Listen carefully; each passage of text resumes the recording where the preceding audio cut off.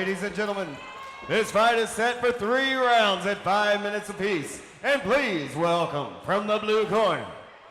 His record professionally is 1 win, 1 loss. He stands at 5 foot 6 inches. His weight is 135 pounds.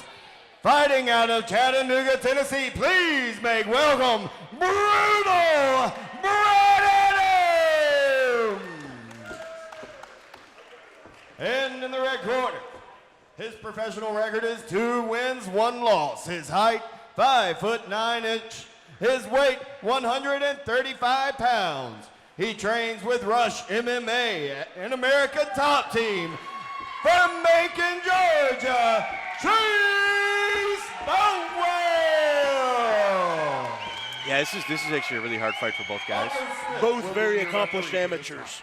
Yeah, you've got Chase Boutwell is 10-1 as an amateur, and Bret Adams is 10-2 as an amateur. Chase 2-1 as a pro, and Bret 1-1 as a pro, but these two are very, very game fighters.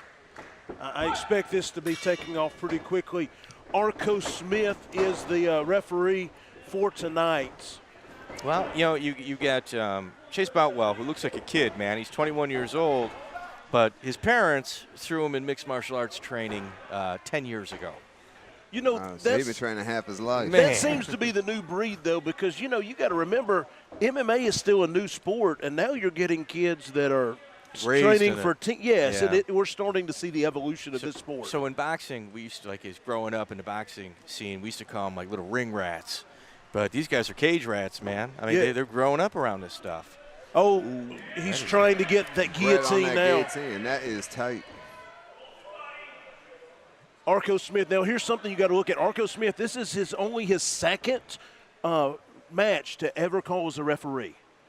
So we're going to get to see how careful he is on this. But he does have an extensive jiu-jitsu background, so I'm excited to see. He's a purple belt in jiu-jitsu. Looks like he's going to try and work for that omoplata, maybe a triangle. Yeah, you got a young little Thundercat like that, working off of his back. Man, what he's doing really well is he's creating that perpendicular angle, so now he can throw up arm bars, triangles, omoplatas, and things like that. Both back to your feet. Nice little head kick. You got to be careful getting up like that, Did you see Bret Adams smiling? When he smiles after you get hit, that means it hurt usually, right, Eric? Maybe he likes it. I don't know. The thing about Bret Adams is, he does a ton of sparring. He gets most of his cardio from doing rounds in the ring, in practice, and it takes a special type to want to spar every single time you go to the gym. That's how young guys train. That's true. You saying that may change with a little bit of age and maturity, Eric? Oh, of course. Well, once you get older and mature, you don't need the sparring anymore. You've got enough rounds in. So it just comes to tuning up. Chase Boutwell is surprisingly long, and he's not using that length to his advantage. I think with a little bit of maturity is what we're kind of talking about here. He's going to maybe take his arms off of his body and close the distance with them. He's not going to have as much power, but he's probably landed with a little bit more consistency. Bret Adams here has him pinned up against the cage, now working to a hip toss and has got him on the ground. I don't know that Bret Adams necessarily wants to be where he's at, though. He marched his way in there with his hands up, didn't really throw any punches getting in, got a takedown. Well, you're not seeing a lot of elbows at this event. No. And I have a feeling Bret is going to change that. Do you think that has to do with coaching and maybe a regional thing, or do you think it's just a bit of an anomaly tonight that we're not seeing a ton of? Yeah. Well, it's also hard to throw up triangles elbows on Chase Boutwell because this is what happens to you if you get overextended. So now you're just trying to be a little cautious. Trying to grab that arm to work that arm bar. Chase is giving Bret fits on the ground. If I'm Bret, I'm almost going to back out of there and just kind of start over, maybe try to catch him on a stand-up. Well, if you're constantly throwing up submissions, maybe that looks appeasing to the judges. I don't agree with that stand-up. Yeah, that was a little bit quick stand-up, wasn't it? Bret Adams, though, he's not doing a lot on his feet. He's he's stalking without throwing anything. Right now, Bret is flat-footed, and that's kind of a big concern if I'm his cornerman. Right. You got to get on the balls of your feet, man. Get a better angle. You're walking straight at them. Get your hips directly at your opponent. You know, you need a little more of an angle. Chase with a takedown, already kind of stacking Bret, trying to get past. And let's think about that. I mean, the first half of this fight, you had Bret on top, with Chase on the bottom, and now Chase has just kind of reversed it. I think Bret may have hit a wall cardio-wise. I think he wanted his turn on top. I think he felt something with that guillotine. I think he knows he's the better grappler here. Chase now trying to get get his hooks locked in. He's got one, got both. Now, does he have enough time to finish this round to maybe submit him? He's only have 30 seconds left. Absolutely, because he can really throw punches to open that up, make him poke his head up just to get that arm under his neck. Trying to fight to get that arm under his neck. 25 seconds to go in the round. And to Chase's credit, I'm watching him breathe. He's not squeezing. He's not holding his breath on the squeeze. He's getting his breaths in when he's on top, and he's getting that right time. Fighters Bret back Adams, to their feet. Bret Adams is looking to do that body work up against the cage. Oh, there go your elbow. There's your elbow. Yeah. What? Chase Boutwell is a tough customer, man. I think it was a decisive win in round one. Yeah, well, here, if I'm in the corner of Bret, I'm telling him, man, you got to jump on him. Jump on him and, kind of see what happens. You definitely don't want to be on the ground with the guy, but. Well, as we're standing here looking at corners, it looks like that maybe one fighter has a little more experience in his corner than the other. Well, here in Bret's corner, you got John Foreman, who's his main sparring partner. Now, John doesn't have like a big body of work in terms of combat sports, but he's one of those guys that's always in the gym, always giving up his body, for you to work against him. So there's a special bond between those two. It's just you hope Bret listens to him. Yeah, trust in your cornerman is, paramount. Really, really, really, really, really, really important. Yeah. So what would you rather have, though, a cornerman that's a coach that has seen it, or somebody that's with you every day, that's fought with you and knows your ticks and knows you that well? You got to have a little bit of both, I think. Yeah, even Muhammad Ali had to listen to somebody at some point. Mm-hmm. So you got to have a coach. Like if some fighters got an ego so big that they just want to do what they know and not listen to anybody, and that's the exact thing you don't want. A lot of guys that had UFC talent never made it there because they weren't coachable. Yes, absolutely. Chase Adams, Bret Adams now looks like he's trying to get this takedown again. I thought he was having a lot of success on the feet, Chase Boutwell. Yeah, I'm surprised he's taking this. He could also be grinding. He could also be grinding, Bret, because Bret seems to be breathing pretty heavy. Bret's trying to get that choke, that guillotine. Not really a guillotine. Bulldog. Yeah. Now he's in the dominant position on the ground in guard.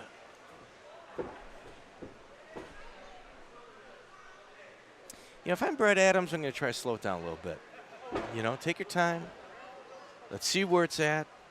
Don't force anything. Just take what you're given. What the problem is no matter what he does, whether we're on the feet or on the ground, Chase Boutwell's not giving him any chance to rest. Yeah. You see, he's trying to fight off a triangle. He's going to turn into an omoplata, and he was throwing elbows to the head. Oh, there it goes. There goes his rear naked. Man, this is seamless going from submission to submission, is it not? Is this about to be some form of a crucifix here? He needs to get the other arm, use his top arm so he can hit him with the bottom arm. If I'm Bret there, I'd start you to work elbows, something. What is Chase trying to do, though, in this position? It's like he's just holding on. He's going to work for this, they call it a guillotine in wrestling. It's what you call a twister. Just reversed. Yeah, it was like a twister, but it's like he didn't have it set up properly. I mean, it looked like that's what his intent was. Did you see Bret Adams just grab the cage? And it's always nice when you not catch the ref looking and use that catch. If the ref didn't see it, it didn't happen. Yeah, there's an old boxer, 1930s, Fritzy Zivik, and he's got these amazing quotes where, you do those things where the referee's not there, It looks like that Chase Boutwell may be in a bit of trouble right here. You know, I'm going to be honest with you. I think Bret is squeezing a lot right now, and he's going to hit a wall if he keeps doing it, but he's also in a mount. There we go. Wow. Reversed again. Bret spent a lot of energy getting to that position. I think Bret may be a little bit spent, and we've still got 2 minutes to go in round number 2. You learn a lot about yourself when you're tired, and there's 2 minutes left in the fight. Chase now all hooks in, working on getting this rear naked choke. 2 minutes to have somebody on your back to try to get this choke in seems like eternity, doesn't it, Eric? Especially when you have someone like Chase Boutwell who's not going to give you an opportunity to rest, who he's not tired himself. No. So he's going to keep attacking, whether it's with his rear naked choke attempt or he's constantly peppering you with shots over the top. He's just disrupting your breathing at every instance. And you know what? Now, I like for him to switch, you know, the grip to the top hand, to the top side where he can finish that rear naked choke. It's going to be difficult when your hands are on the bottom. You know, Bird's doing a pretty good job defending this, keeping one arm trapped and answering the phone with the other arm, and Bret and all of this, and so we're seeing Bret do it. You know, doing a good job fighting off. He's been fighting now for over a minute. Yeah, his defense is proven to be very, very good. You know, he needs to kick that bottom leg straight, untie the feet. He seems to be doing a good job fighting the hands. He needs to untie the feet and escape his hips and get his back to the mat. But both fighters here are expending energy. One fighting it off and the other one trying to squeeze. Which one's spending more energy? Chase Boutwell's not expending a lot of energy. He's not. He's just kind of floating on top. Yeah, he's just floating, man. He's letting Bret do the work for him. He's just catching his breath, relaxing. 25 seconds to go in round number 2. Chase doesn't want to burn his arms out, but I don't see him squeezing. He knows he doesn't have it. It's just a threat at this point. You know, with his age, though, for him to understand that takes a lot of maturity. Well, if he's been training 10 years, you know. You know what you don't. Yeah. Well, this is fight number 13 for him. So. Yeah, he's just one of those young cats that wants to fight every weekend, man. That's good. That's good. And we're going to round number 3. You got one guy jumping up, Chase. You got Bret, slow walk up, kind of stumble into his corner. You know, I would recommend his corner bring the chair in. Yeah, absolutely. He needs a little bit of something. You know, every fighter is different, but, you know, the only time I think you shouldn't bring the stool in is if you've been chewed up by leg kicks, because as soon as you sit down and stop moving, that blood, man, it's going to hurt when you start to stand up, and that's when it's going to start to impede your movement and whatnot. Well, we've not seen a whole lot of kicks in this fight. Now, let me ask you this. We see over here Bret is just pouring water and dropping water over the and I'm going to tell you why. Is that to try to get some extra time? You think he's going to get a little extra time for that, Eric? A little bit. And he's a little slicker now, too, as well. So now that when he's, you know, if he gets put on his back again, he'll be able to slide around a little bit more. I think. And there the referee we go. making it. Do we know what we're talking about at all there? It's the oldest trick in the book. That and the ice. It's a good move. The spilled ice. The ice is actually a better move. Yeah, you get a little more time. Yeah, you kick it around a little bit. Yeah. Oh, it's slipping out of my hands. I don't know why I can't pick it up. Start of round number 3. And, you know, Bret is tired. Yeah, you know, I would like to see Chase on the feet, because with him being flat-footed like that, it's going to be really hard for him to counter-strike. And he's squared up, too. Not only is he flat-footed, he's squared up. It's his head kick sitting. He's just presenting a much bigger target to be hit or kicked at the way he's standing. Well, I tell you, with the it, other side. Yep. Lead leg. Yeah, rear leg. You know, when you're tired like Bret and you got your opponent jumping up and down, man, you got a little unsettling feeling in the bottom of your stomach. Eric, how excited are you, though, when you've got an opponent standing flat-footed square in front of you, tired? How excited do you get for that? I mean, he's still dangerous because he's going to start winging punches and whatnot. But, you know, Chase is doing a good job of working that body, making him even more tired, getting his hands down. And I have a feeling we're going to see I don't want to make my prediction. Well, if you're Chase, you know what? You got to start inserting yourself. You know, like everyone talks about a finish. You got to find a finish. This is his opportunity, and I get it. Like, he's taking his time right now, but you got a tired opponent. Right. Yeah. I'd like to see Chase. He's throwing those punches, but if he can follow up with something to the body after that 1-2. He's doing 1-2, 1-2, and he's getting caught in that rhythm, and that's the easiest way to get countered. You know, when you're giving him the same look over and over again, that's where you run into issues. Throw something at the end of that 1-2. Chase shot really in for nice time. For the takedown, stuffed, back up to their feet. Bret needs to show a little bit of a sense of urgency at this point. But does he have it to give? Bret's giving him all types of opportunities, but Chase is concentrating on countering when maybe he should start leading with a little bit more offense. Yeah. Bret, though, should be initiating some of this a little more because he's down 2 rounds. If I'm Bret, I'm not walking forward, to be honest with you. I'm gonna counter him coming in, and he's walking forward, and I guess he's buying time walking forward. He's looking for that one power punch. I'm not sure. I don't understand that brief stoppage, but I think they were thinking it was a low blow that may have happened, but it was more of a brush than anything. I really, really like the body work of Chase Boutwell, but Bret Adams has been gifted the top position. with 2 minutes to go, though, he needs to start pushing if he's got top position super hard. Well, if who's got to start pushing is Chase Boutwell. He's got the guy on the ropes, and the big shows look for a finish, especially in the indie scene. Well, not only that, but at the weight class that he's in, this is not a weight class that there's not that many people in. This isn't the heavyweight division. And let's call it what it is. Chase has performed phenomenally tonight. Like we're sitting here going, he's got to find a finish, which is absolutely true. But he's been flawless up until this point. He's taken very little damage, but he's still maturing as a fighter. Right.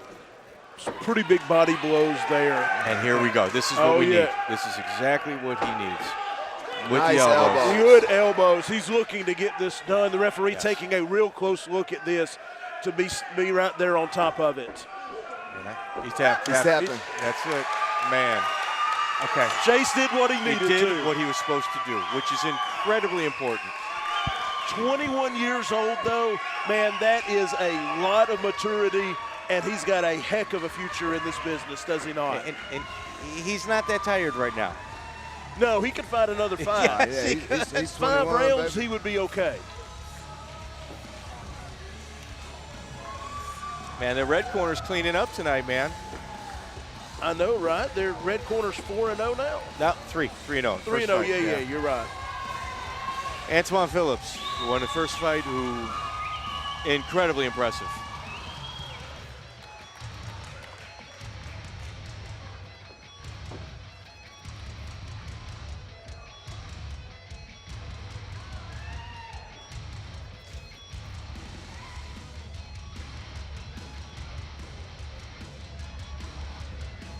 Tri-card pan. Round 3, 3 minutes and 34 seconds into the round. Arco Smith, your referee, has called a stop to this battle. Your winner by submission, Chase Boutwell!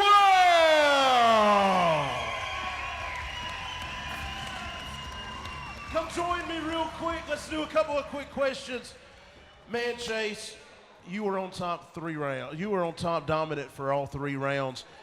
Are you, how long, was you looking for the finish, or was you just feel comfortable?